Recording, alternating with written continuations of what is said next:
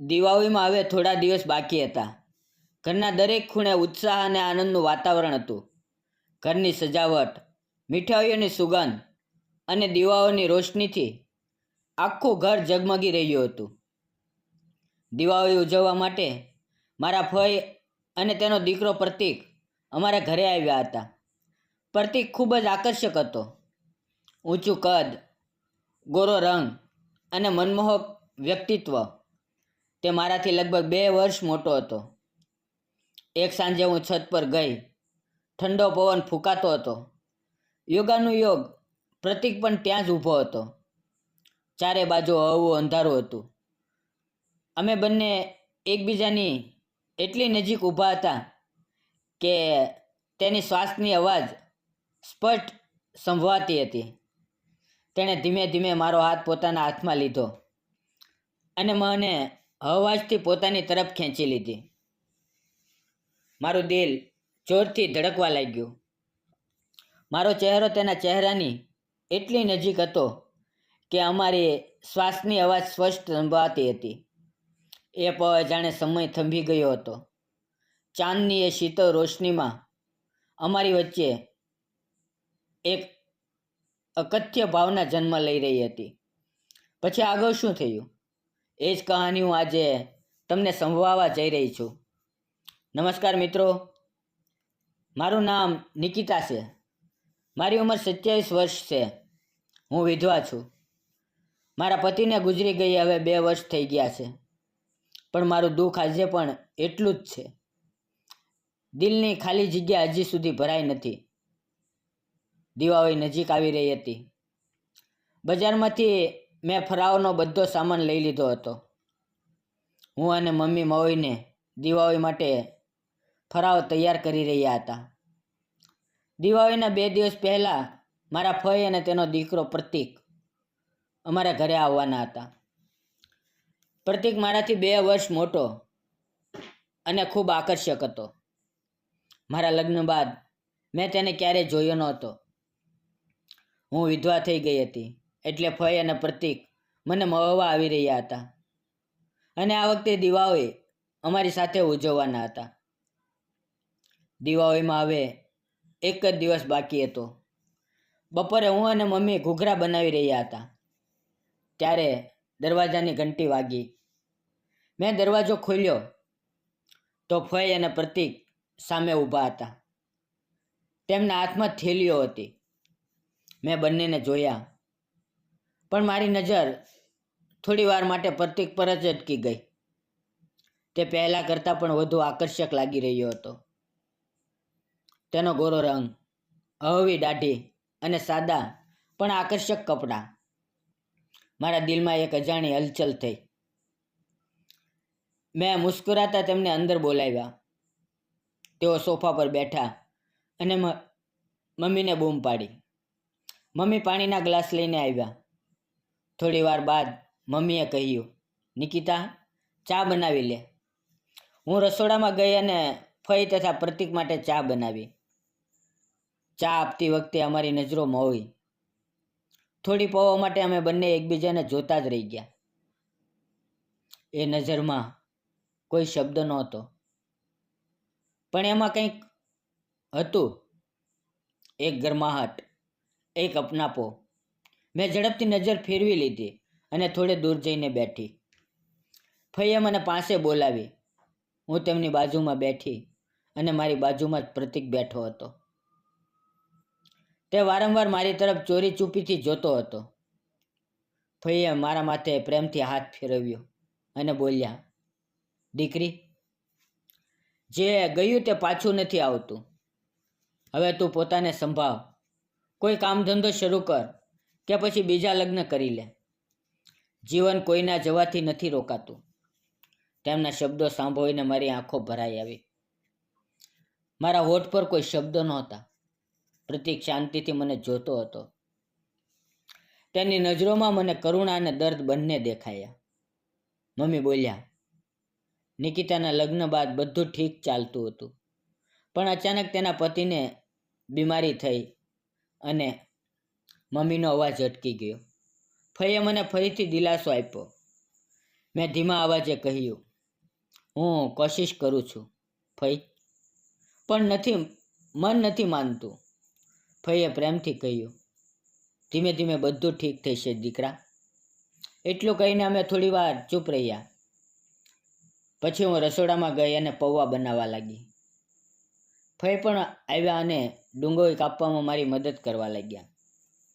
પૌવા તૈયાર થયા અને અમે બધાએ સાથે નાસ્તો કર્યો. થોડી વાર વાતચીત ચાલી. ત્યાં જ પપ્પા ખેતરેથી ઘરે પાછા આવ્યા. તેણે ફઈ અને પ્રતીકનું સ્વાગત કર્યું. પપ્પાએ પ્રતીકને પૂછ્યું, શું બેટા હવે લગ્ન વિવાહ કંઈક વિચારે છે?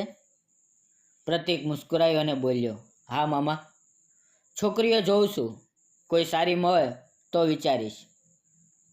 તેનું એ મુસ્કરાતો ચહેરો જોઈને મારું દિલ ન જાણે શા માટે જોરથી ધડકવા લાગ્યું. સાંજ થઈ. હું મમ્મી અને ફઈને મળીને રાતનું ભોજન બનાવ્યું.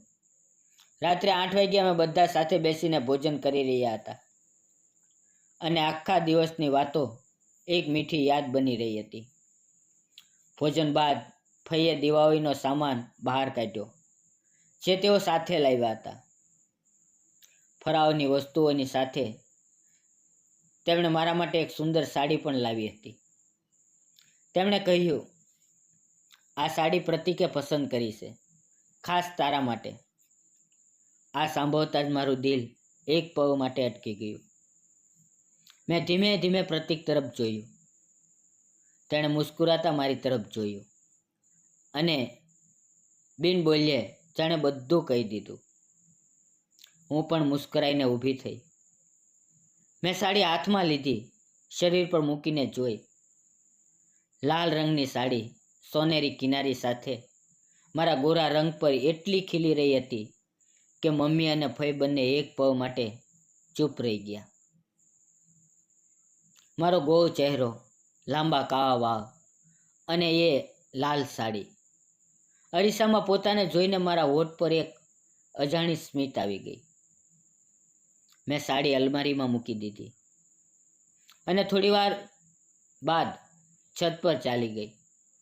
છત પર જવું એ મારી રોજની ટેવ હતી.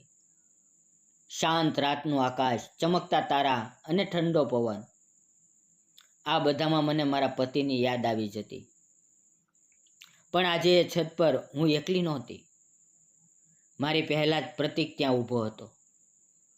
તે પણ આકાશ તરફ જોતો હતો. હું ધીમે ધીમે તેની પાસે ગઈ, પણ કંઈ બોલી શકી નહીં. થોડી પળો સુધી અમારી વચ્ચે ખામોશી રહી. પછી તે મારી તરફ ફર્યો અને ધીમા અવાજે બોલ્યો, નિકિતા, તું કેવી છે? લગ્ન પહેલાં તું કેટલી હસમુખ અને ખુશ મિજાજ હતી. હજી પણ ખૂબ સુંદર લાગે છે, પણ ચહેરા પર એ દુઃખ સ્પષ્ટ દેખાય છે.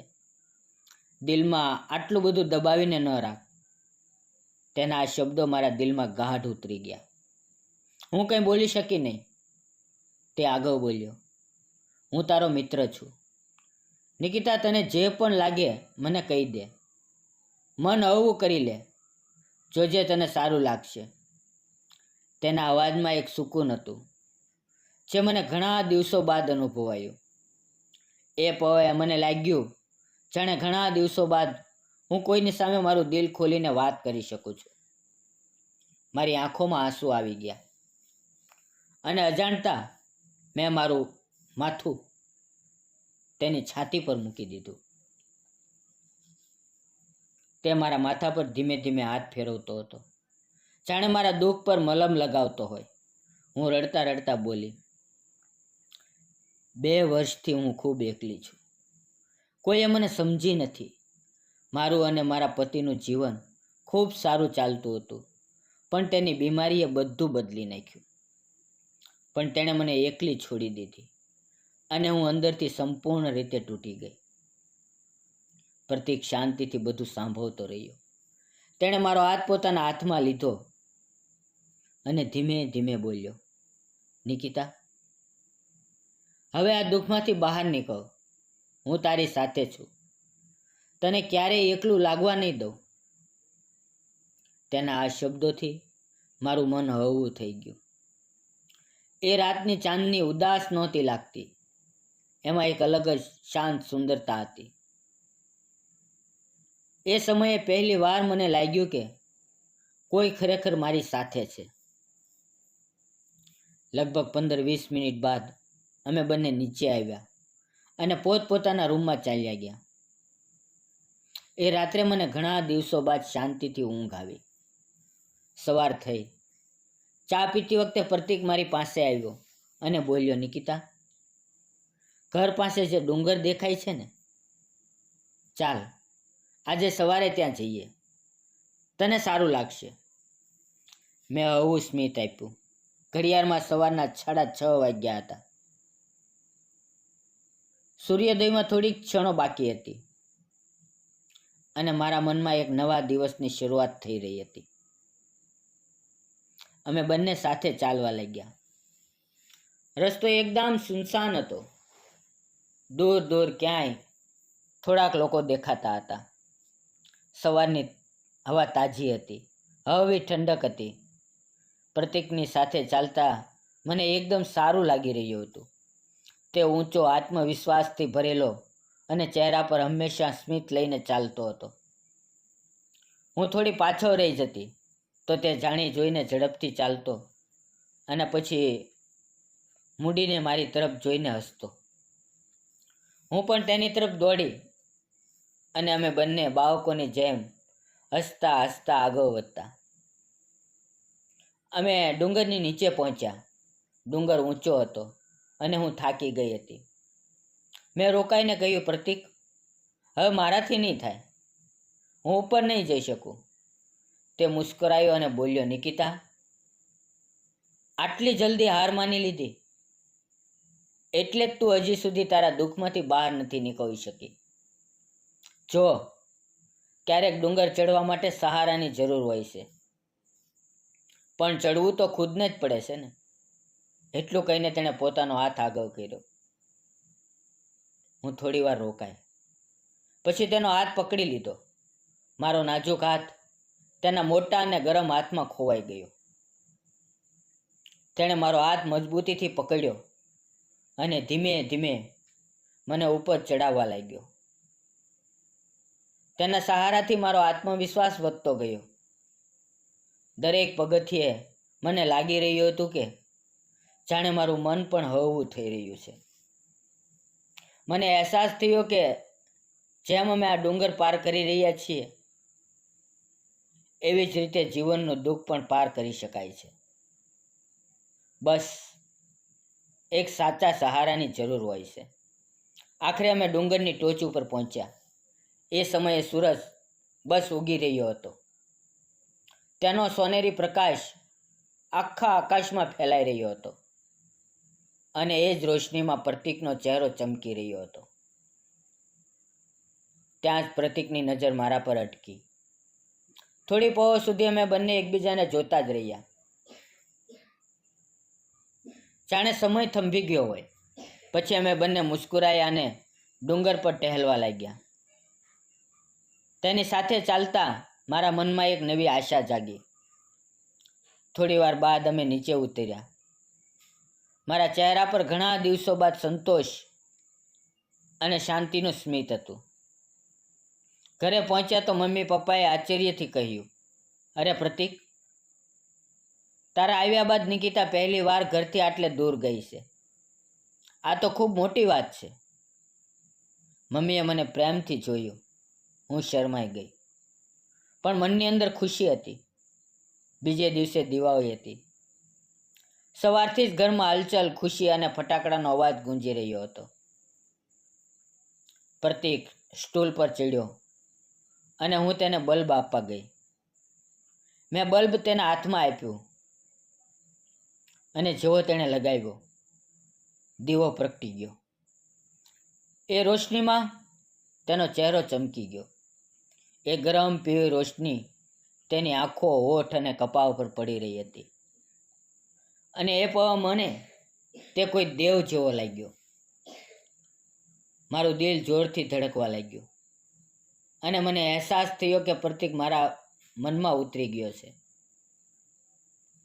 તે નીચે ઉતર્યો અને અમે બંને સાથે મળીને ફટાકડા ફોડવાનું શરૂ કર્યું. મારા ચહેરા પર ખુશી હતી, આંખોમાં ચમક હતી. દુઃખનો સાયો ક્યાંય દૂર ચાલ્યો ગયો હતો. મમ્મી, પપ્પા અને ફઈ મને જોતા હતા અને તેના ચહેરા પર પણ સ્મિત હતું. તેમને અહેસાસ થઈ ગયો હતો કે હું ફરીથી જીવવા લાગી છું. પ્રતીકના આવવાથી અમારા ઘરમાં ફરીથી ખુશીઓ પાછી આવી હતી. તેણે મારા જીવનને નવા રંગોથી ભરી દીધું હતું. લાડવા, કરંજી, ચકલી બધું ખાતા દિવાળીના એ થોડા દિવસો કેવી રીતે પસાર થઈ ગયા ખબર જ ન પડી. પ્રતીકના આવવાથી મારું જીવન જ બદલાઈ ગયું. જ્યારે તે બોલતો ત્યારે મનને સુકૂન મળતું અને જ્યારે તે મુસ્કુરાતો ત્યારે દિવસ રોશન થઈ જતો. અજાણતા મારું મન તેની તરફ ખેંચાવા લાગ્યું. હું પ્રતીકને પ્રેમ કરવા લાગી હતી, પણ મારા દિલની ગાઢમાં એક અવાજ વારંવાર કહેતો હતો, નિકિતા, નિકિતા, તું વિધવા છે. પ્રતીક હજી અપરિણિત છે. તેને તારા કરતાં ક્યાંય વધુ સુંદર અને નવું જીવન ધરાવતી છોકરી મળી જશે. એટલે હું પોતાને રોકવાનો પ્રયાસ કરતી હતી. પણ શું પ્રેમને રોકી શકાય? 4 દિવસ બાદ દિવાળી પૂરી થઈ ગઈ. એ દિવસે ભાઈબીજનો તહેવાર હતો. ફઈએ પપ્પાને તિલક કર્યું અને પપ્પાએ તેમને સાડી ભેટ આપી. એ દિવસે મેં એ જ સાડી પહેરી હતી જે પ્રતીક મારા માટે લાવ્યો હતો. લાલ રંગની સાડી મારા પર ખૂબ સુંદર લાગી રહી હતી. પ્રતીકે મને જોઈને કહ્યું, નિકિતા, નિકિતા, તું આ સાડીમાં અપસરા જેવી લાગે છે. હું એટલી શરમાઈ ગઈ કે ચહેરો લાલ થઈ ગયો. કારણ કે એટલા પ્રેમથી, એટલા દિલથી મારા કોઈએ ક્યારેય વખાણ કર્યા નહોતા. શાંત હોઈ ગઈ.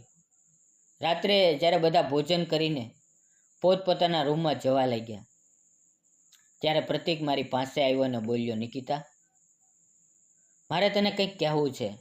છત પર આવ. હું થોડી અચકાઈ, પણ તેની પાછળ ચાલી ગઈ. આકાશમાં તારા ઝગમગી રહ્યા હતા. મેં પૂછ્યું, બોલને પ્રતીક, શું થયું? તે કંઈ ન બોલ્યો. બસ ધીમે ધીમે મારો હાથ પોતાના હાથમાં લીધો. મારું દિલ ઝડપથી ધડકવા લાગ્યું. પછી તેણે મને પોતાની તરફ ખેંચી લીધી. અમારી નજરોએ એકબીજાને થામી લીધું. સમય જાણે થંભી ગયો. હું સ્તબ્ધ થઈ ગઈ. પણ એ પળે મારા દિલમાં પણ ભાવનાઓ ઉમટી પડી. મેં પોતાને દૂર કરવાનો પ્રયાસ કર્યો, પણ તેણે મારો હાથ સુસ્તપણે પકડી રાખ્યો અને બોલ્યો, નિકિતા, શું હું તને ગમતો નથી? મેં ધીમા અવાજે કહ્યું, એવું નથી, પણ હું વિધવા છું અને તું હજી યુવાન છે, અપરિણિત છે. તેણે મારી વાત વચ્ચે જ રોકી દીધી. પ્રતીકે મારો હાથ પકડીને કહ્યું, નિકિતા, નિકિતા, મને તારી સાથે સાચો પ્રેમ છે. શું તું મારી સાથે લગ્ન કરીશ? મારી આંખોમાં આંસુ આવી ગયા.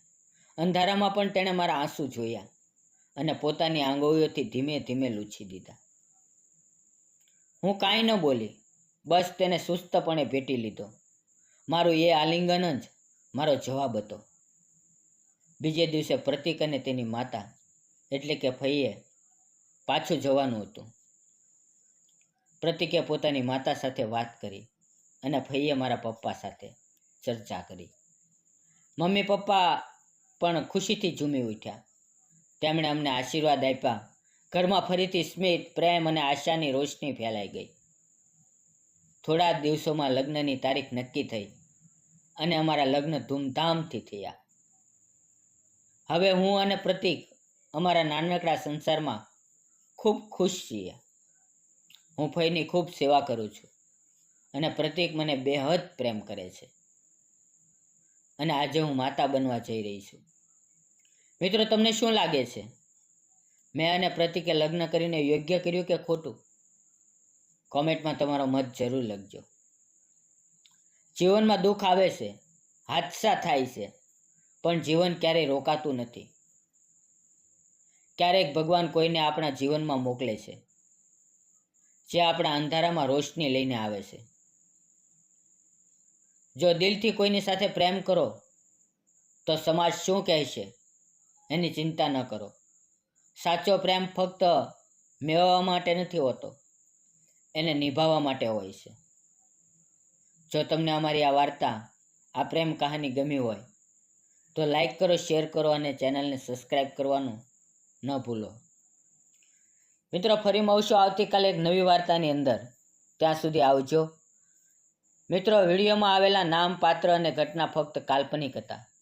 તેનો કોઈ પણ જાતિ, ધર્મ, વ્યક્તિ કે સમાજ સાથે સંબંધ નથી. આ વાર્તા મનોરંજન અને શૈક્ષણિક હેતુથી બનાવવામાં આવી હતી. તેને અન્યથા ન જોશો. ફરી મળીએ આવતીકાલે મિત્રો. ત્યાં સુધી તમે તમારું ધ્યાન રાખો. ધન્યવાદ મિત્રો.